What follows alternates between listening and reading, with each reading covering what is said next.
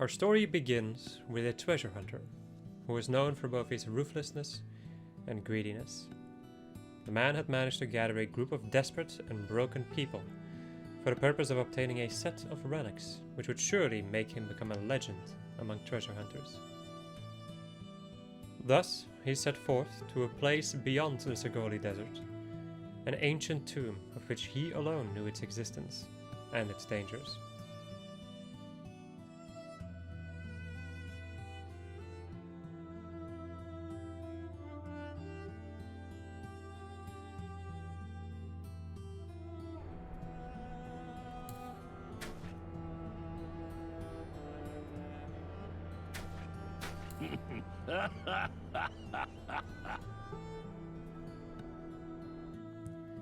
By using the people he had gathered as human shields, he would make his way through the temple.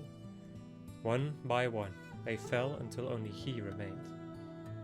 There were sightings of 20 men entering the tomb, and only one returned with a sinister smile on his face, and notably 2 golden relics on his person: a choker and bracelet with pure white stones in the center, one with a dim glow and another with a shining glow.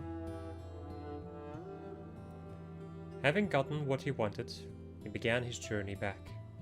A trek back through the Sagoli Desert. The journey began to take its toll. Battered and broken after continuous battles against the creatures of the Sagoli, he abandoned one thing after the other, until only his tattered clothes and the 2 relics remained. Just need to keep going, he said to himself, as his vision began to waver. As such, he didn't see the danger that was creeping behind him, as a bomb snuck up behind him and ignited itself, and thus ending the treasure hunter's life. And thus here, deep in the Sagoli Desert, lie the remains of a truly dreadful treasure hunter. Even as the sands threatened to claim his remains, the relics shine on, and even more than before. Specifically the bracelet. And suddenly, the remains get engulfed in a flash of light, and as the light fades, there lie an entirely different individual in a sense. Our greedy treasure hunter changed into a blonde Mikote.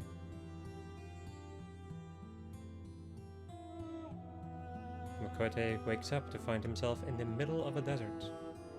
He panics and looks for something on his person, as he notices a choker around his neck, and calms down. Afterwards, he sets off to leave this arid desert.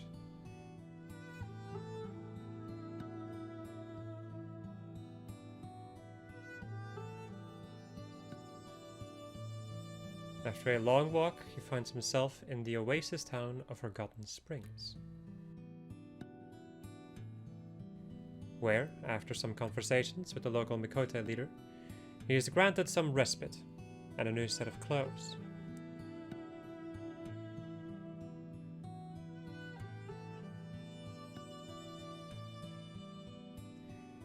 After some rest, he recalls his affinity for the art of conjuring, and proceeds to acquire a catalyst to defend himself, and once more sets out for the world in the direction of Gridania, where he may learn to hone his art and where the adventures of Ladairs truly began. During Fred's adventures in Eorzea, the choker around his neck began to emit more and more light. He knew what this would entail, and decided to leave Eorzea by way of a ship, to a secluded island far away from Eorzea. Once he knew that he was alone, he sat down and closed his eyes, as his body was engulfed by the same light that heralded his appearance. Once the light faded, instead of the treasure hunter reappearing, there was now a female Ara, with black hair and dark eyes, sitting where Fred sat. As she opened her eyes, she was greeted with the sound of waves and the smell of the ocean.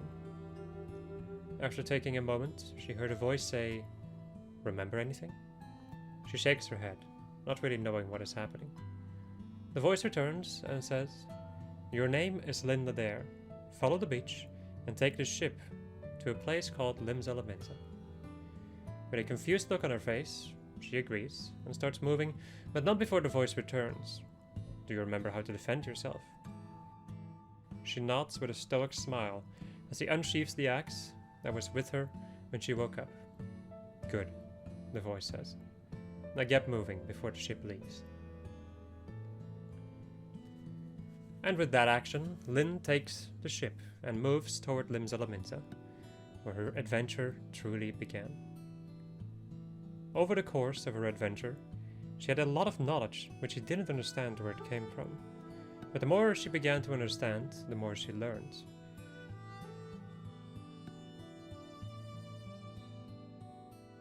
Until at one fateful point, her hair grew longer and white.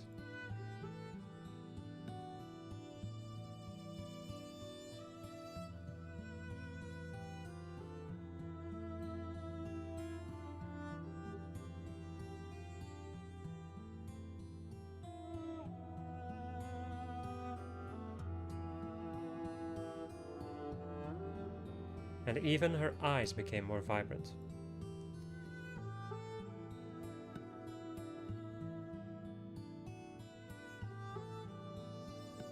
And suddenly, for the second time, she heard the voice again. "We are connected," it says. "My name is Ladairs, and I am the same as you. I reside within your bracelet, and it is my knowledge that you borrow. You can see me as a brother of some kind. Should you need help of any kind, just ask. However, if you want me to do something, you will need to swap." "What do you mean, swap?" Lynn asks. "Well, I am currently in my vessel and can speak with you, but I don't have a physical body to do anything with. So, if you require me to do something, then you would have to surrender your physical body to me and return to your own vessel."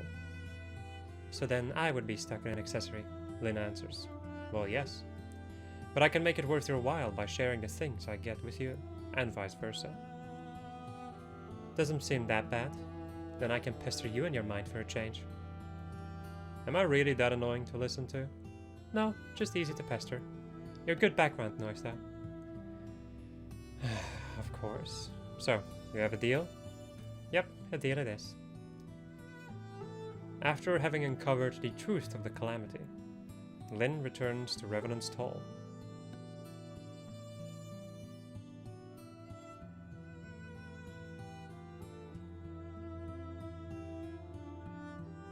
Where she meets the wandering minstrel, who she tells her adventuring stories to from time to time. The minstrel tends to over-exaggerate them. And then Lynn had an idea. What if I make Fred experience these over-the-top renditions of my adventures? And so Lynn recommended these stories to Fred, who gladly accepted it, for it would finally allow him to get back into the action. Little did he know that these stories were grossly exaggerated and resulted in unending challenges. And thus, a deal was made and fun was had between two souls inhabiting the same vessel. Many more adventures await for these two, but there's nothing they can't overcome as long as they are together.